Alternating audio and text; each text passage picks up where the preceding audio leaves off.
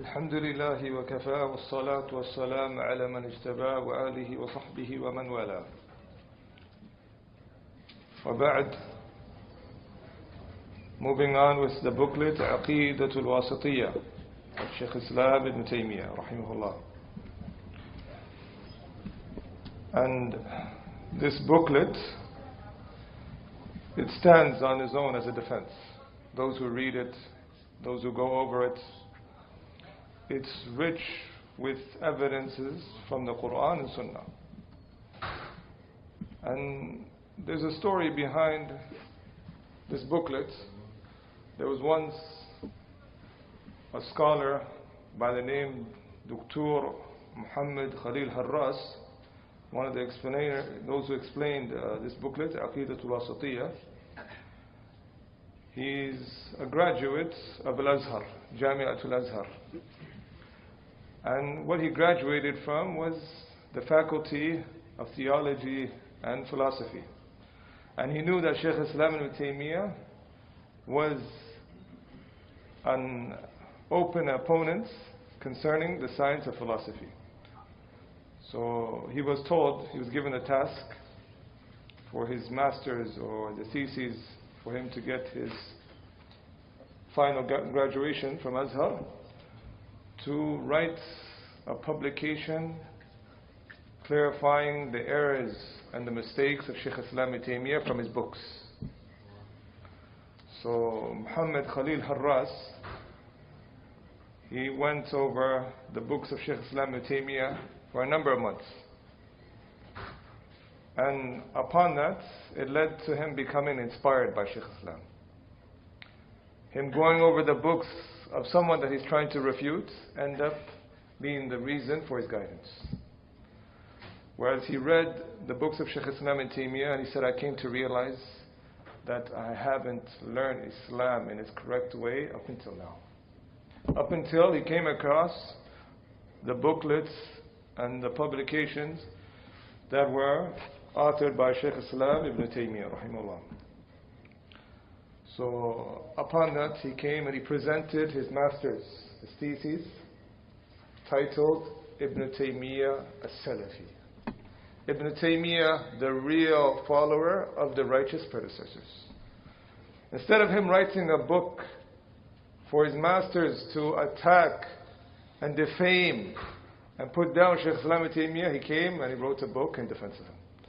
He took everyone for surprise. And then later on, he migrated to Mecca and wrote books explaining what was authored by Shaykh Al-Islām Ibn Taymiyyah rahimahullah.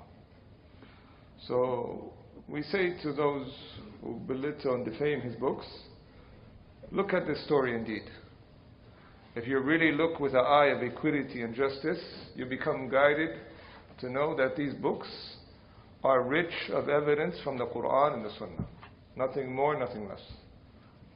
So he said, I have come to know now that I haven't understand the real comprehension of Islam except after reading the books of Shaykh Islam. What happened to all of that theology, philosophy, being so indulged into theoretical kalam of speech? All of that went out the window. No avail in the face of understanding Islam in the correct way. قال الله قال رسوله. If you see someone that is so indulged into the science of philosophy, maybe he becomes someone that's referred to as an Islamic thinker. The moment he starts learning the basics of Arba'in al-Nawawiyah and these books, he'll tell you, now I've really started to begin seeking knowledge. What happened to being referred to as an Islamic thinker, so much into theology? He just comes in now and we tell him, Bismillah, start Arba'in al-Nawawiyah. إنما الأعمال بالنية. إنما الأعمال بالنية. Start with this hadith. Verily, actions are based upon intention. Let's understand it. It opens up that he's just beginning to seek knowledge. So this is the real knowledge. العلم قال الله قال رسوله وقال الصحابة. Yani knowledge is what Allah said and the Prophet said, as well as follows his companions. And to be ignorant of that is a disease indeed. Ibn Qayyim, he says, الجهل داء قاتل وشفاؤه أمران في التركيب متفقان. That ignorance of this science, or ignorance of the statements of Allah and His Messenger, is a disease that can kill you. That can kill you from within. It doesn't bring death to the body, but what is worse, death to the heart. This is the ignorance that is a disaster to the human body. Because it attacks him from within. It attacks him starting with his heart. So he walks on the face of the earth, living yet dead. This is what the scholars have mentioned. So that is the worst of positioning, that a person, he knows that the cure of that, نَصٌ مِنَ الْقُرْآنِ أَوْ مِنْ سُنَّةٍ وَطَبِيبٌ ذَاكَ عَالِمُ الرَّبَّانِ. He says, the cure and the remedy for ignorance is learning the evidences and the texts of the Quran and from the Sunnah, as well of the statements of the great scholars of Islam. This is the real knowledge. And those who went into that field of theology and so gave much time of their lifespan in that, they can bear witness to that. So today, moving on with the topic of al-istiwa, an attribute which is very controversial in the sight of the people of innovation. They like to argue over these affairs because they see that this leads to the next topic. The next attribute is the highness of Allah, that Allah subhanahu wa ta'ala has the attribute of being superior and high over His creation. So this, they see it, they refer it as a stepping stool to negate the real attribute that they're aiming for. What are they trying to aim to negate? That Allah subhanahu wa ta'ala is not superior or high over His creation. So al-istiwa, this attribute that Allah subhanahu wa ta'ala is above, He has risen over His throne and He's above His creation. This topic, you find that many of the people of innovation, they bring doubts concerning it. So we'll allow the brother to start with some of the ayat, inshallah, and then move forward.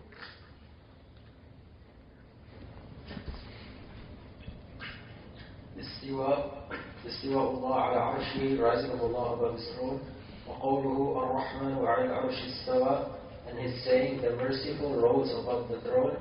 وقوله ثم استوى على العرش في 6 مواضع, and His saying, then He rose over the throne, and this comes in 6 places in the Quran.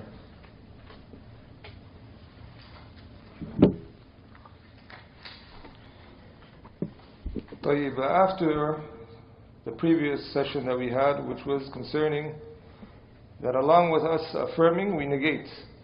Shaykh Al-Islām Ibn Taymiyyah goes back to the topic of affirming what has come in the text concerning the attributes of Allah. So these are a pair of two, they need one another.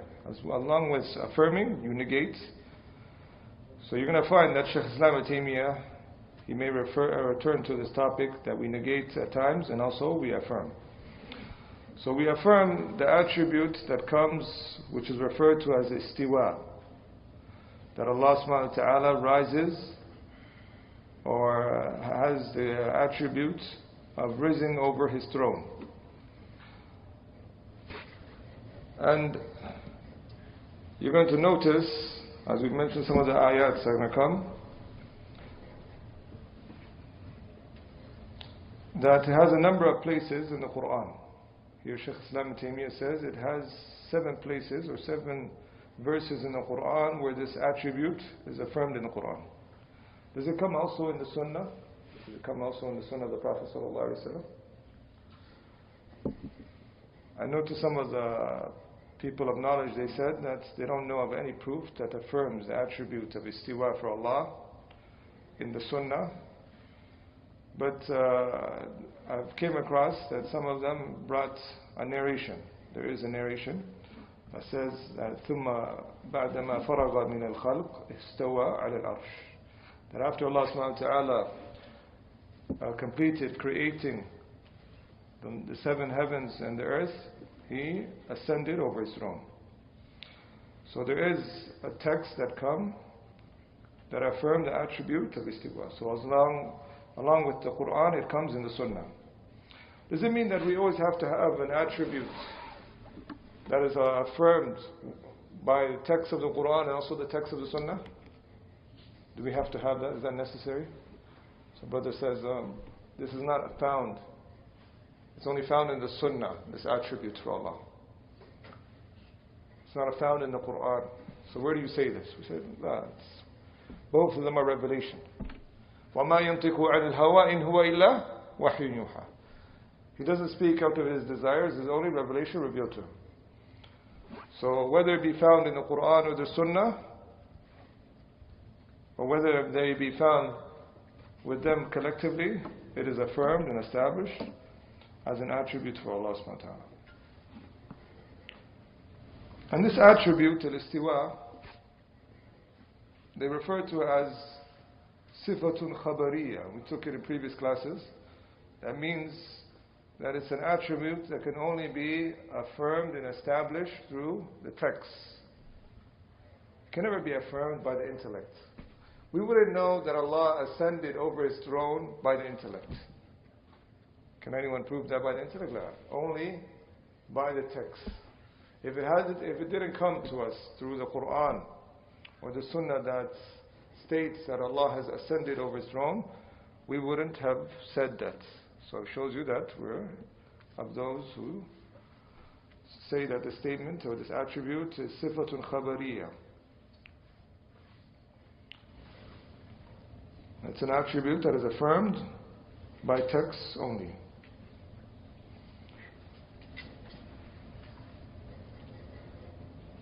And despite how many times it comes in the Quran, we still find those who negate it. Those who have a problem to affirm this attribute. That's the unfortunate part.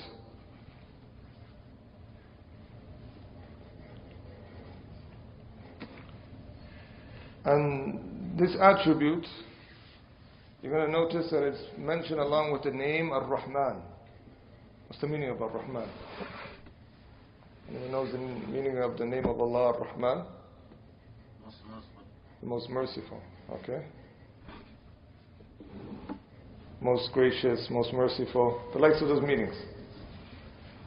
And why was it mentioned? What's the wisdom behind it? Comes in the ayats that Allah, Ar-Rahman, ascended over His throne. Or that Allah, the Beneficent, ascended over His throne. What's the wisdom behind that? Why this name in particular? Huh? Anyone has an idea? That it's a name that contains an attribute that encompasses all of humanity and all creation. As Allah subhanahu wa ta'ala is above His creation, encompassing them with some of His attributes. And from those attributes is mercy. So this is the benefits. يعني رحمته التي وسعت كل شيء. It's mercy that has encompassed all things. This is a side benefit. طيب, back to the ayah that was mentioned. وقوله الرحمن على الأرش استوى. And the statement الرحمن على الأرش استوى. It said is mentioned in 7 places in the Quran. Some have objected and said that is not only found in 7 places in the Quran, the attributes of Allah ascending over His throne. They said if you really follow it up, it is 9 places in the Quran. But that has been disputed because the ayat هو الذي خلق لكم ما في الأرض جميعا ثم استوى إلى السماء. It is He who has created what is found in the earth for you.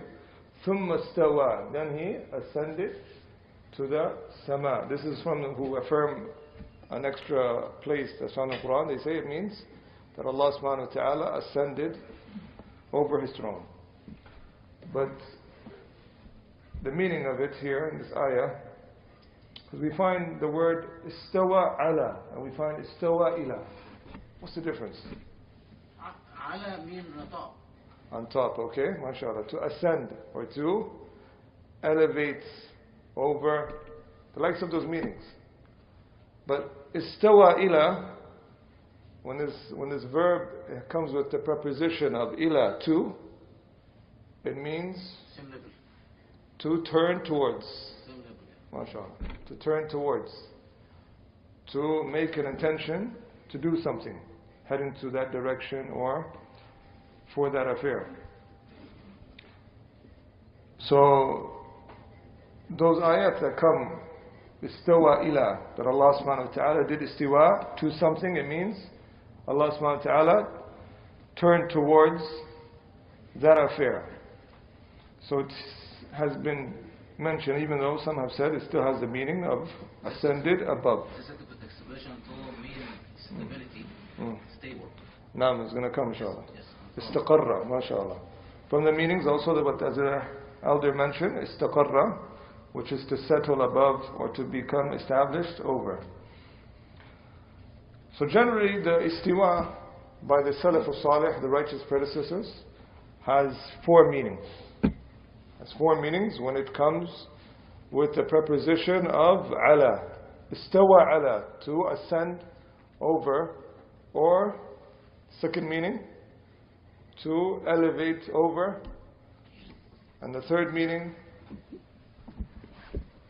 rose over the throne, and the fourth one, to settle over. So we're going to repeat that. I'm going to say maybe in Arabic, inshallah. The first one, that istiwa, if you were to explain istiwa with either one of the four meanings, you have been preceded by the righteous predecessors. It's very important that we understand the attribute of Allah as the Salaf al-Salih understood it. So istawa, if we were to say, it means irtafa'a, elevated over, elevated over. Second one, it means ala, which means to rose over. And the third one, istaqarra,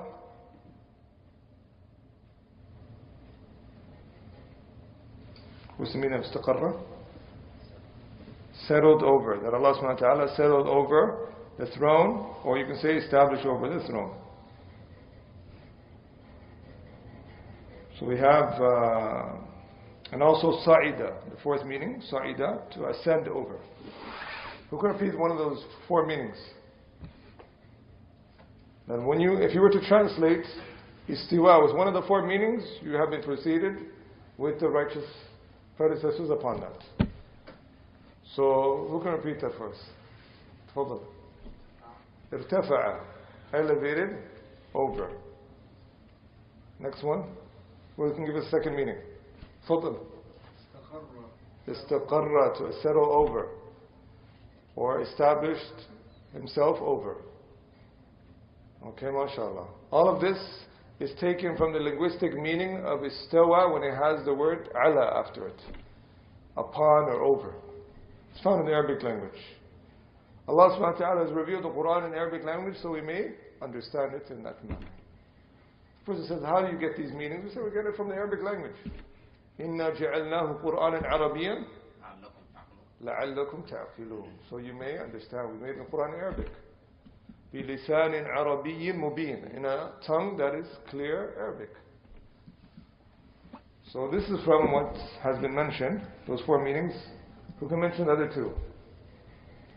Huh? Ala. What does ala mean? Rising, the rising, or rose over. طيب, the fourth one? What's the fourth one? Sa'ida. Huh? What's the fourth one? Ascended. If you say Allah ascended over His throne, you're correct. So these are the four meanings. And you're going to find that people now, they have a problem with this attribute. So they say, we're going to interpret this attribute to mean that Allah subhanahu wa ta'ala conquered, or Allah subhanahu wa ta'ala dominates this throne. They give you this type of meanings. They say the same way when you write, Allah says, لِتَسْتَوُوا عَلَى ظُهُورِهِ ثُمَّ تَذْكُرُوا نِعْمَةَ رَبِّكُمْ إِذَا اسْتَوَيْتُمْ عَلَيْهِ. Allah subhanahu wa ta'ala says, when you mount over the riding animal and you remember the blessing of Allah. They said the reason why it was used here when you're over on your animal riding beast, on your riding animal, they take from this that you're going to be, you're over your animal, and they said you're in control. They said you're in control. That's why it's taken from this meaning. And then you have to say supplication. So, inshallah. So they mention the meaning of control, that is the fact that you're over your riding beast. So they said the same, that Allah subhanahu wa ta'ala has control of His throne. So you're going to find that they bring this doubt, and they said it's taken from a poem or a poetry that has this meaning, that istawa means istawla, that Allah subhanahu wa ta'ala conquered or took control of. So we say to them, this is problematic. Why is it problematic? Because it contains the meaning that Allah subhanahu wa ta'ala wasn't in control of His throne before that. Who's going to say that? Allah subhanahu wa ta'ala became in control of His throne. His throne existed before that. So He was in control of it. So this shows you that this is one of the reasons why this meaning is not correct. Secondly, it's not found in the Arabic language ever to have the meaning istawa to mean have control over, or to conquer, or to dominate. All those meanings is not found in the Arabic language. Though the scholars of the Arabic literature have attested to that.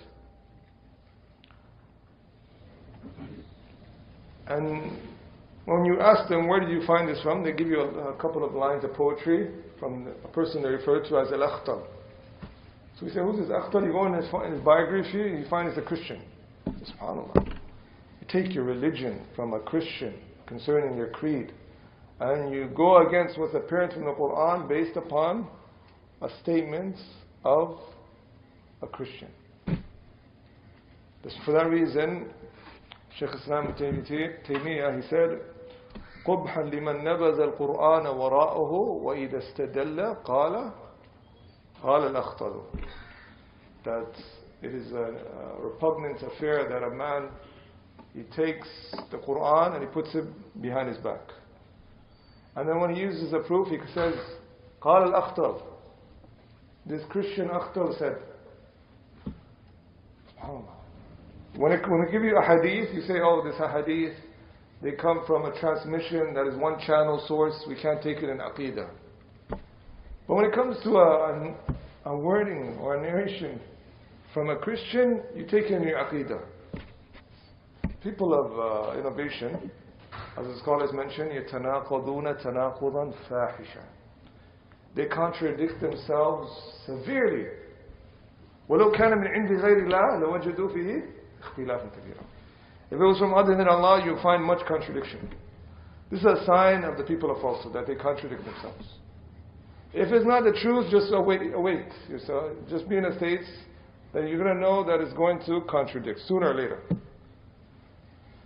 So, when you go back to these lines of poetry, and you look and you try to see if it has any chains of narration to even this Christian person, it doesn't even have any chain. It's from an unreliable source. SubhanAllah. You're quoting for someone and it's not even authentic. So, at the same time, it's a Christian that you're quoting from, concerning your own Aqidah. And another reason is that the story behind this, that they supposedly say, is during the Khalifa of, or the Khilafah of Abdul Malik bin Marwan, that his brother, as a general for the army, he took over Iraq. He was dispatched to take over Iraq, so he took over. And without any form of bloodshed, the people submitted and he took over. So these lines of poetry was mentioned. قد استوى بشر على العراق من غير دم ولا مهراق. That Bishr bin Marwan, the brother of Abdul Malik Marwan, he took control of Iraq without shedding any blood. So they said this is the lines of it. So some of the Mashayikh said, if that was the case, who's the one that's really taking control? Abdul Malik Marwan, he's the ruler. He was just the man that was sent. So, even from this angle, it doesn't mean he was in control. It just means the linguistic meaning that he was the one that ascended over the empire and took control. So it has the linguistic meaning as well. So these are from what's going to come, inshallah. We'll allow the brother to read more of the ayats.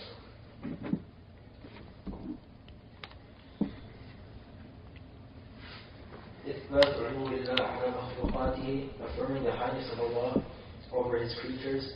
وقوله يا عيسى إني متوفيك ورافعك إلي.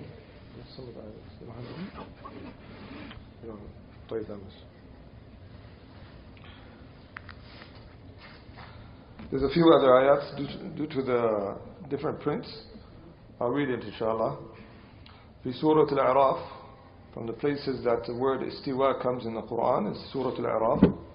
قوله إن ربكم الله الذي خلق السماوات والأرض والأرض في 6 أيام ثم استوى على العرش. It is your Lord, Allah subhanahu wa ta'ala, who has created the heavens and the earth in 6 days. Allah subhanahu wa ta'ala has created the heavens and the earth in 6 days. Is there any wisdom behind Allah created the heavens and the earth in 6 days? When it's Allah subhanahu wa ta'ala is all capable of creating it in the shortest of span. He can create it in short of a span, but the day here is not like our days. It's God days, not the big days. So, who can clarify to us, inshallah, with the raising their hand, inshallah?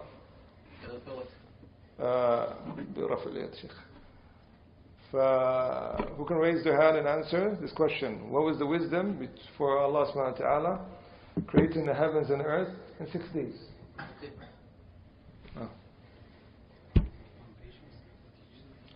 MashaAllah, to teach the people. Tu'ada, which teaches us that we have to have stages in our affairs, that we deal with affairs patiently. And the fact that Allah subhanahu wa ta'ala created the heavens and the earth and that which connects with it of affairs, you find that Allah subhanahu wa ta'ala created the heavens in 2 days and the earth in 4 days. 4 days.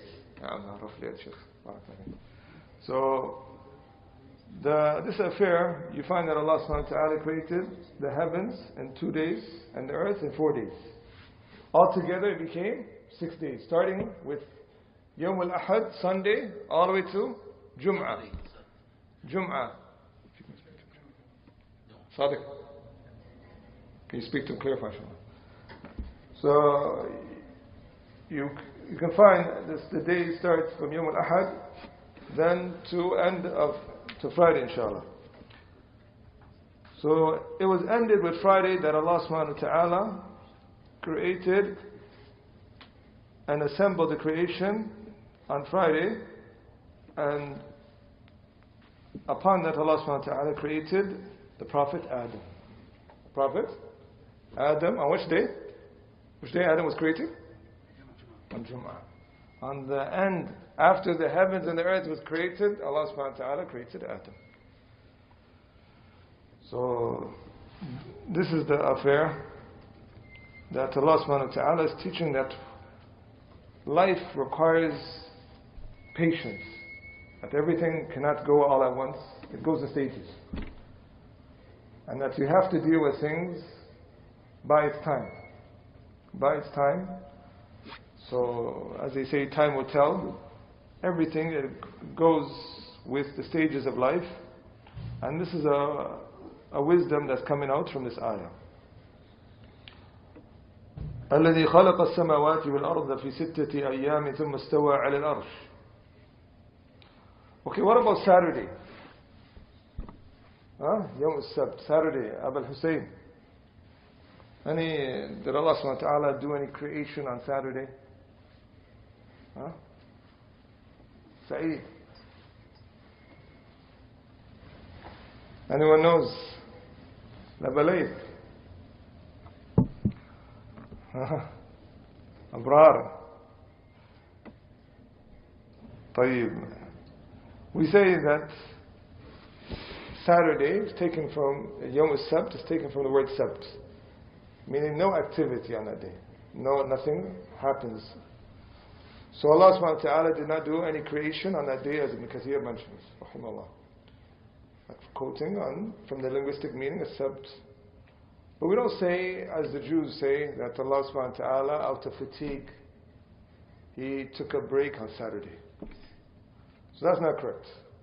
But we say Allah subhanahu wa ta'ala did not do any creation on the day of Saturday. Can we take from this that Saturday is a day off? So you find this, that some may take from this the word linguistic meaning, Sabt. It was known back in the days that Saturday will be a day off. إِنَّ رَبَّكُمُ اللَّهُ الَّذِي خَلَقَ السَّمَاوَاتِ وَالْأَرْضَ فِي 6 أَيَّامٍ. So Allah subhanahu wa ta'ala created the heavens and the earth. He created the heavens and the earth in 6 days. Then ascended over His throne in a manner that befits His majesty. We say in a manner that suits His status, His loftiness. ثُمَّ اسْتَوَى عَلَى الْعَرْشِ. Nowadays we find people, they come and they object. They say, okay, if Allah subhanahu wa ta'ala created the heavens and the earth, then ascended over His throne, where was Allah before that? Firstly, these questions should not arise. These questions should not arise. But it comes in narration that Allah subhanahu wa ta'ala, the Prophet was asked that question, and it says that كَانَ فِي أَمَائٍ, that Allah subhanahu wa ta'ala was present and without any creation. So we say Allah subhanahu wa ta'ala was there and there was nothing in existence before the creation of the throne and the heavens and earth. What's from the first things that was created? The pen, al-qalam, okay? Who can say something else? Lawh al-mahfuz. Salt, okay, mashallah. Al-arsh. Okay, that's, I think, the stronger opinion. They differed, was it the pen or the arsh, the throne? Stronger opinion that Ibn Qayyim inclines to, that is the throne. So the first of things that were created first was the throne. So before the creation of the throne, Allah subhanahu wa ta'ala existed and there was nothing else in existence. That's what we say. How? We don't know. Allah subhanahu wa ta'ala knows. ثُمَّ اسْتَوَى عَلَى الْعَرْشِ. He risen over the throne. Al-Arsh, we know what the throne is linguistically. But how this throne actually is, we don't know. But we know that is massive and large. It is referred to as being the roof for creation. The roof for all creatures and living things is the Arsh. Because it comes in Hadith and Bukhari, إِذَا سَأَلْتُمُ اللَّهِ فَاسْأَلُوهُ الْفِرْدَوْسِ. If you ask Allah subhanahu wa ta'ala, then ask Him for al-Firdaus. فَإِنَّهَا أَوْسَطَ الْجَنَّةِ وَأَعْلَى الْجَنَّةِ. It is the best part of Jannah and is the highest of Jannah. And then it mentions وَفَوْقَهُ عَرْشُ الرَّحْمَنِ, and above it is the throne of Allah subhanahu wa ta'ala. So the highest thing is the throne. And then also we know that it's referred to as being Arshun Azim. It's a great and massive throne. And we also know that it's the most heaviest of creation. The most heaviest thing that Allah subhanahu wa ta'ala created. That's why we make the morning adhkar, we say Subhanallah adada khalqi wa rida nafsi wa zinata arshi, and by the weight of His throne. So this is a throne that is the highest of creation and is the heaviest of creation, and it is the largest in size, the throne of Allah subhanahu wa ta'ala. Some have come said that this throne comes in a weak narration that says, Shaykh Al-Bani refers, I believe, as fabricated. The throne min yaqutatin hamra, it's made out of jewels or rubies, made out of that. That is nothing to. We don't know what is made out of the throne of Allah subhanahu wa ta'ala. ثم استوى على العرش وقال في سورة يونس عليه السلام إن ربكم الله الذي خلق السماوات والأرض في 6 أيام ثم استوى على العرش. Also in Surah Yunus it comes as well. It is your Lord who has created the heavens and the earth في 6 أيام, in 6 days. Does it come in the Quran clarifying the wisdom why Allah subhanahu wa ta'ala created the heavens and the earth in 6 days? Does it come in any ayat? هو الذي خلق السماوات والأرض في 6 أيام وكان عرشه على الماء ليبلوكم. يعني Allah subhanahu wa ta'ala has created the heavens and the earth in 6 days as a test for you, to see which of you are going to perfect His own actions. The same way that Allah perfected the heavens and the earth in time and gave it His span, the same is requested for you to perfect your deeds, even if it takes time. This is from the affair. So this is wisdom in that affair. وقال في سورة الرعد الله الذي رفع السماوات لغير عمد ترونها ثم استوى على العرش. Comes also Surah Al-Ra'd, the attributes of istiwa. Allah subhanahu wa ta'ala has raised the heavens without any pillars that you can see. So do we say the heavens, the sky has no pillar holding it? Huh? Some of the scholars said that what's negated is غَيْرِ عَمَدٍ تَرَوْنَهَا, without any pillar that you can see. So it has no pillar that is visible, but there's actually a pillar there. Another opinion that the heavens or the skies, which we refer to as, it has no pillar whatsoever. And Allah subhanahu wa ta'ala yumsikuhuma, yani Allah subhanahu wa ta'ala is holding the heavens and also the earth antazula, from being unstable and to move from its position. So the correct opinion is that there's no pillars holding the heavens, and no matter how heavy it is, there's no pillars. This is from the miracles of Allah subhanahu wa ta'ala. ثم استوى على العرش. ثم استوى على العرش. Then Allah subhanahu wa ta'ala ascended over the throne. We know that the throne existed before Allah subhanahu wa ta'ala created the heavens and earth. Huh? So do we say that Allah subhanahu wa ta'ala, the only time He ascended was after He created the heavens and earth? Do we say that? So today there's a lot of tricky questions. Pay attention. The throne was from the first things that Allah created. And afterwards Allah created the heavens and earth. Then it says Allah ascended over the throne. So do we come and negate and say Allah subhanahu wa ta'ala never ascended before creating the heavens and earth? We say Allah knows best. But we affirm that Allah ascended over the throne after creating the heavens and earth. So we don't negate the possibility, because this is from the matters of the unseen. It's very important that we look at that verb. Some come and they negate. وَمَا أُوتِيتُم مِّنَ الْعِلْمِ إِلَّا قَلِيلًا. You only have been given little of knowledge. Also, Surah Taha, Ar-Rahmanu ala al-Arsh istawa. Allah, the most gracious, ascended over the throne. You find that this throne, it's given many descriptions.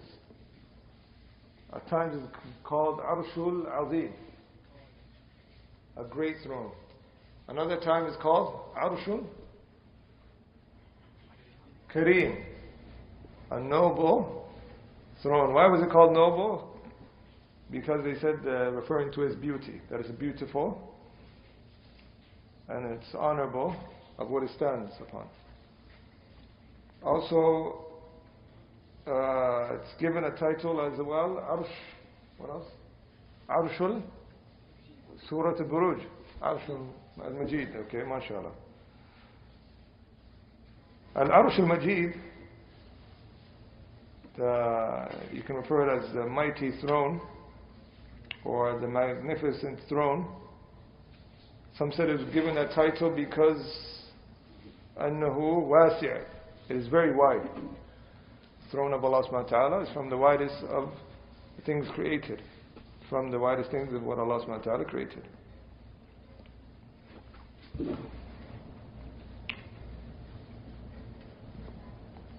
So you find that the people of innovation, some of them, as we mentioned, they say that when Allah says istawa, it means Allah subhanahu wa ta'ala took control of. So it's not correct. So really Allah subhanahu wa ta'ala always had control of the throne.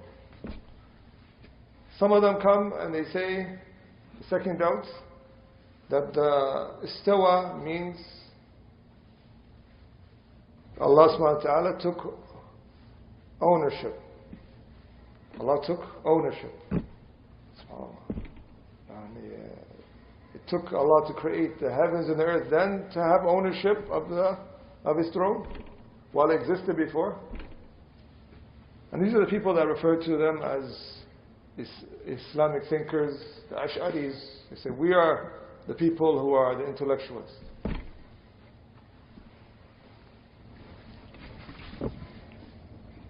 And even what contradicts that, if you ask them what does the Arsh means, the throne of Allah, they said the throne of Allah means His dominion. I said, okay, subhanAllah. Allah took ownership of His dominion. Doesn't make sense. And they don't want to affirm. They said if we affirm that Allah subhanahu wa ta'ala settled over His throne, we're saying that Allah subhanahu wa ta'ala has a physical entity.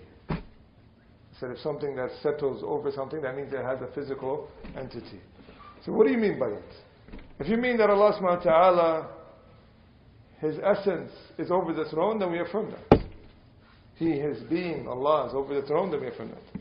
And if you try to go beyond that and say something else, we don't affirm that.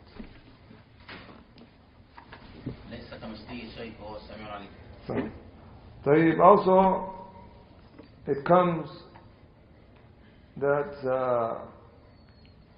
ثم استوى على العرش الرحمن, Surah Al-Furqan, the next part, that then Allah subhanahu wa ta'ala ascended over the throne, Allah the most merciful.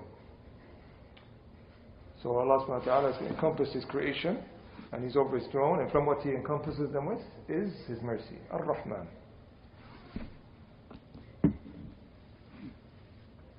So there's a number of doubts that they bring. So we say this, if a person asks us, where's Allah? We say Allah is above His throne. Why? Because Allah says, Ar-Rahmanu ala al-Arsh istawa. He's settled, He established, He's above the throne, in a manner that befits His majesty. The people of innovation, even some of the Sufis, they find it very ridiculous to ask a person, where's Allah? They start mocking you. Some of them, you ask them, where's Allah? He goes, where did you have to, you lost your Lord with me that you have to come and ask? That's what they say. They mock you. I'm asking you a question that the Prophet ﷺ himself asked. Sa'ala Jariya. He asked a slave girl, Ain Allah, where's Allah? And she said, Fis sama, above the heavens. So they said, they mock you.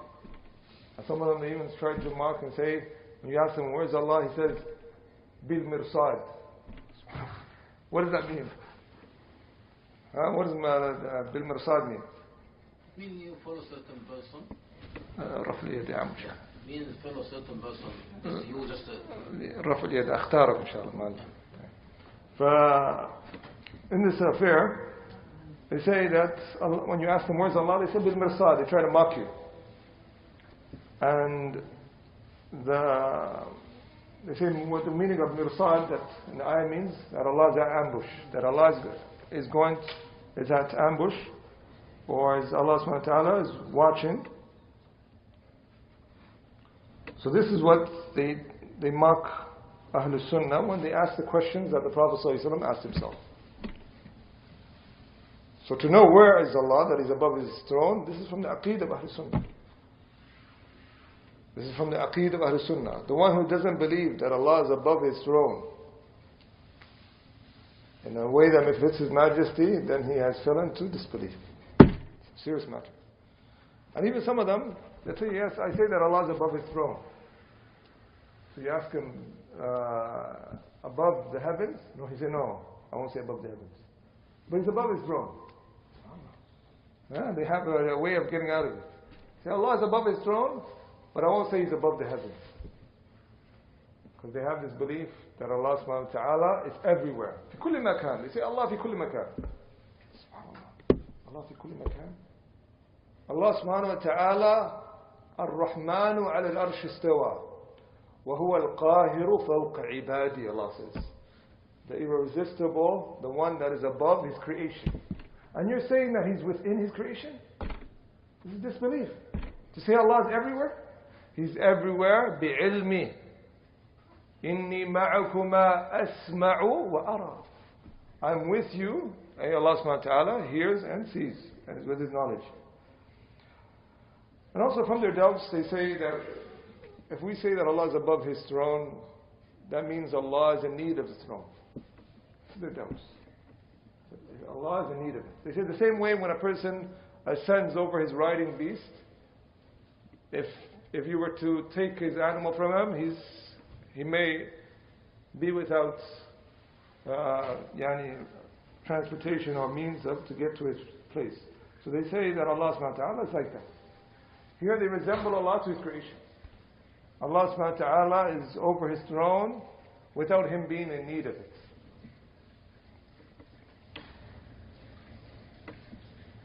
So these are some of the affairs. You're going to see that they come with a lot of doubts.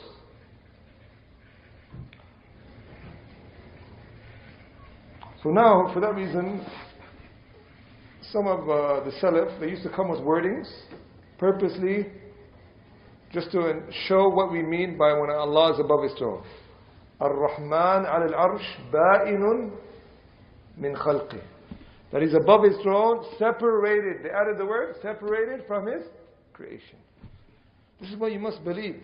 If the throne is the highest thing of creation, and there's nothing beyond it from the creation, and above it is Allah, Allah is separated from His creation. So these are the meanings that are taken from these ayats. And also we don't come and say, how did Allah ascend? A man once came to Imam Malik in his masjid. I said to him, كيف استوى? How did Allah ascend over His throne? It comes in the narration, Imam Malik began to sweat severely from that question. نزل منه عرق, severely. He says, al-istiwa ma'loom, the ascension or the risening of Allah subhanahu wa ta'ala over the throne is ma'loom, is known. It is known in the English or in the Arabic language, or even when you translate it and so forth, what's intended by it. It's known. Because Allah subhanahu wa ta'ala has commanded us to ponder over the Quran. So its meanings are known. And he says, وَالْكَيْفْ مَجْهُولٌ. And the howness of it, the true essence of how Allah ascended of His throne is unknown to us. And he said, وَالسُّؤَالْ عَنْهُ وَالْإِيمَانْ بِهِ وَاجِبٌ. And having iman about it is wajib. Why? Because it's in the Quran. The moment you say, I'm not going to have iman that Allah ascended over His throne, you say, subhanAllah, you rejected something from the Quran. And the fourth one was su'al anhu bid'ah, and asking about, inquiring about how Allah, it's an innovation. The people before never used to do it. The Sahabas never used to do it. When the ayats were revealed upon them, they never used to inquire. So, this is also very important. And then after that, he commanded that this person be removed from his masjid. Wallahi sahih, these people, you don't keep them in your presence. Those people that give you doubts about the names and attributes of Allah, keep far from them.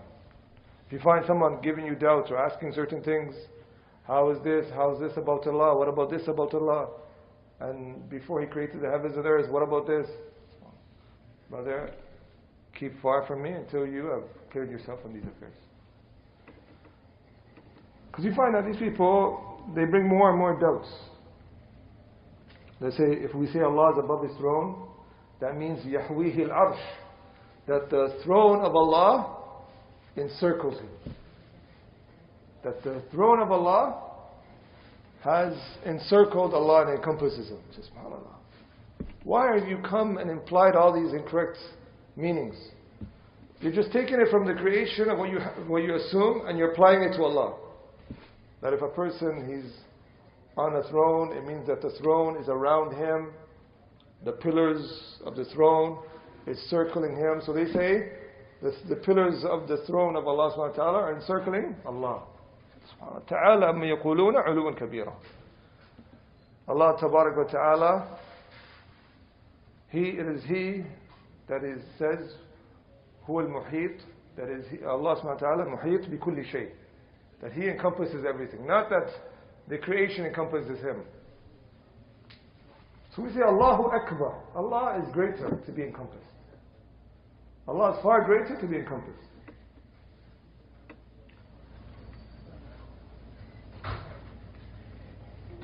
Also, there comes some wordings that underneath the throne of Allah is water.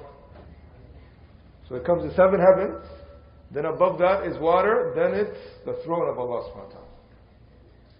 This comes in some of the narrations. That underneath the throne of Allah is water.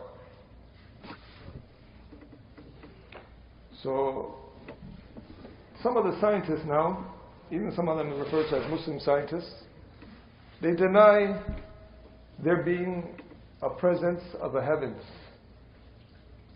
or sky levels. They say, no, there's no such thing of that. It's all called space. It's all called space. They say, there's no such thing of heavens. There's no such thing of sky levels. It's all referred to as space. Say, no, we don't believe in this. And they say the space is just with floating stars and it's part of the orbit. And it has nothing of what Allah refers as heavens after another. So, these people, they can't even come to an agreement about what they can see of the sky.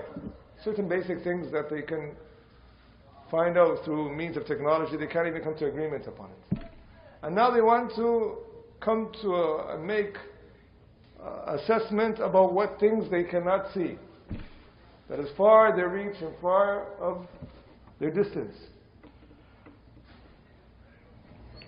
So, this is from what the people have to be aware of. Some of the books of science now, even those who are studying, don't just take everything and say, like some speakers say, that if the ayat or some don't go and coincide with science, then there's a problem with the ayah. That's what they say. Wa'iyadu billah. Okay, do we say Allah has a place? Some of the people now, they refer that Allah has a place. Originally, this word is not found in the Quran and the Sunnah. It wasn't really used by the Sahabas and those who came after.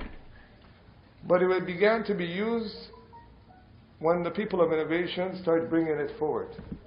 They started saying, "Can Allah," that Allah existed and there was no place. And then Allah subhanahu wa ta'ala created the place or the domain or whatever they're referring as.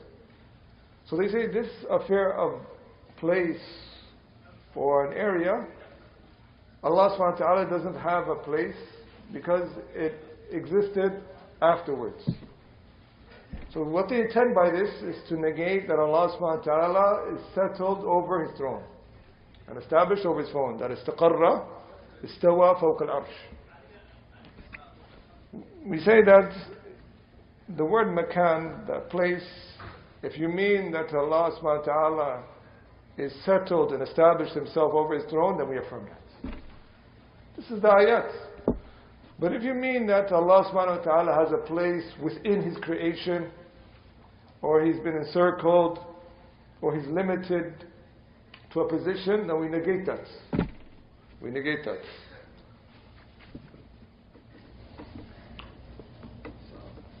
And from those now that the books are widespread who negate this attribute that Allah has ascended over His throne, is that author referred to as Sayyid Qutb. Sayyid Qutb, he interprets the ayah istawa as Allah took control of His throne. He didn't say Allah ascended over His throne, He says Allah took control. SubhanAllah, Allah took control of His throne after He created the heaven and earth. So He wasn't in control of it before. Some people now, they want to object to this attribute by saying, what's the wisdom for Allah ascending over His throne? That's what they ask you. What is the wisdom of Allah ascending over His throne?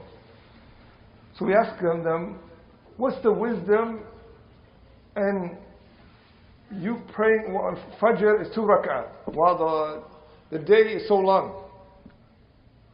And for a Dhuhr or times were very shorter, it's 4 rak'ah. What's the wisdom? They tell you Allah knows best. Allah knows best the wisdom. So what about here? Say Allah knows best. Ask them, what's the wisdom why Maghrib is 3 and Isha is 4? They tell you Allah knows best. So Tayyib, okay, apply this here. What is the wisdom for Allah to ascend over His throne? This is the affair. So you're going to see this matter.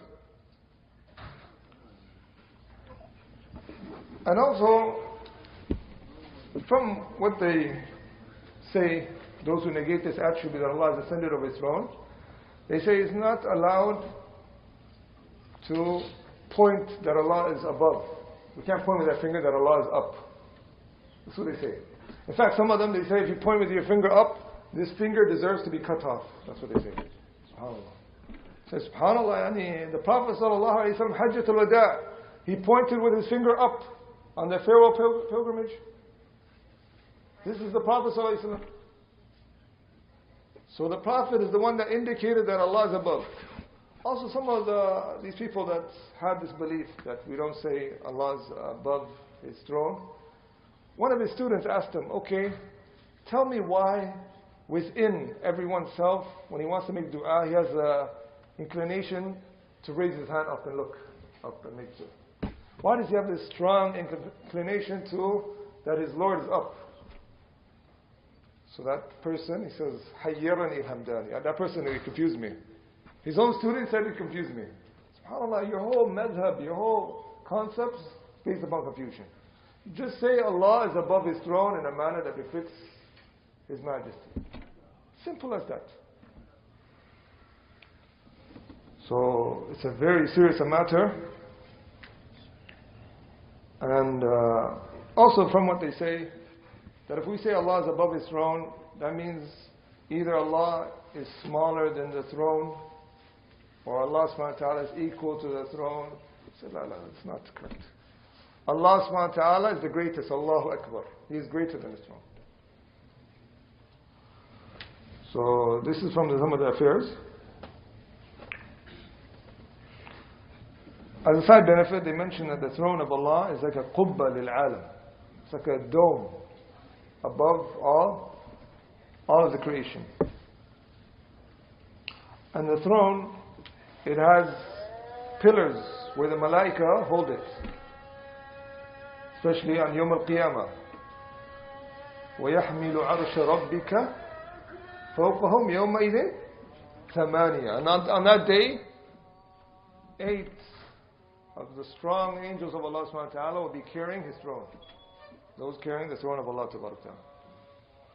And what shows that this is a real throne? That it actually had a time where this throne shook. When did the throne of Allah shake? For the death of who? Which Sahabi? Sa'ad bin Mu'adh. اهتز عرش الرحمن لسعد bin Mu'adh. When Sa'ad bin Mu'adh, the Sahabi, died, the throne of Allah shook. It shows you it's a real throne. It's not like what these people say, it means just the mulk Allah, the kingdom of Allah. It's a real throne of Allah that befits His Majesty. Also this throne, Allah subhanahu wa ta'ala created it with His own hands, as it comes in the hadith. And it's from the things that when everything perishes, the throne remains. From the things that remain exception. Okay, can we say that Allah subhanahu wa ta'ala sits over His throne? Do we use that wording? And Allah qa'ada al-arsh. The word istawa, it doesn't have that meaning. It doesn't imply that Allah sits over His throne. So we don't take from that. We mentioned the 4 meanings already. But it comes some narrations, also some explanations of some ayats from some of the tabi'een that say that Allah sat over His throne, or that He brought the Prophet ﷺ and made him sat on the throne. Those narrations are weak. Those narrations are weak. And even if they're authentic, we say it is in a manner that befits كَمَا يَلِيقُ بِجَلَالِهِ. It fits His Majesty, there's no problem. So these people, they attack and they say, you Ahlul Sunnah say that Allah sits over His throne. We say, no, we didn't say that. Those ahadith are da'if. Secondly, لو ثبتت, even if it was authentic, we say, سَمِعْنَا وَأَطَعْنَا, we hear and obey, كَمَا يَلِيقُ بِجَلَالِهِ. As it befits His Majesty. As we say that Allah has sam wal basar in a way that befits His Majesty, He's hearing and seeing, the same with this.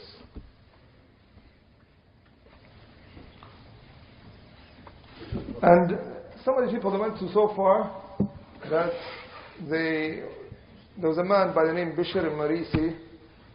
He used to negate that Allah is above His throne. So he said, when I go to my sujood, instead of me saying Subhana Rabbi al-A'la, he says, I say Subhana Rabbi al-Asfal, A'udhu Billah. He said, instead of me saying Allah, so glory to the most high, he says, I say glory to the most low. This is what he says. He's trying to negate that Allah is above. He's saying that Allah is low. And he says the reason why we do sujood in a low position, because Allah is low there and we'll get close to Him. That's what they say. So these are from the meanings. And even Imam Shafi'i, he was taken by his mother, the mother of this man, to advise her son. And so when he said to him, Imam Shafi'i made a statement to him, say, may Allah keep you low, we're the lowest with Fir'aun and Haman and the lowest of the people, with the munafiqeen. So he responded by saying, may Allah keep you high with Muhammad and Ibrahim and Musa. For him, it doesn't mean anything, because everything is equal. So we say, we believe that Allah فوق العرش كما يليق بجلاله, in a manner that befits His Majesty. That Allah subhanahu wa ta'ala befits His Majesty. 45 خلاص هذا 45 في الصلاة. طيب شاء الله. دقيقتين لأذان خلاص. طيب بارك الله فيك. So this is the affair that we mentioned concerning this topic, that Allah subhanahu wa ta'ala ascended above His throne in a manner that befits His Majesty. We end with this. سبحانك اللهم وبحمدك نشهد أن لا إله إلا أنت نستغفرك ونتوب إليك.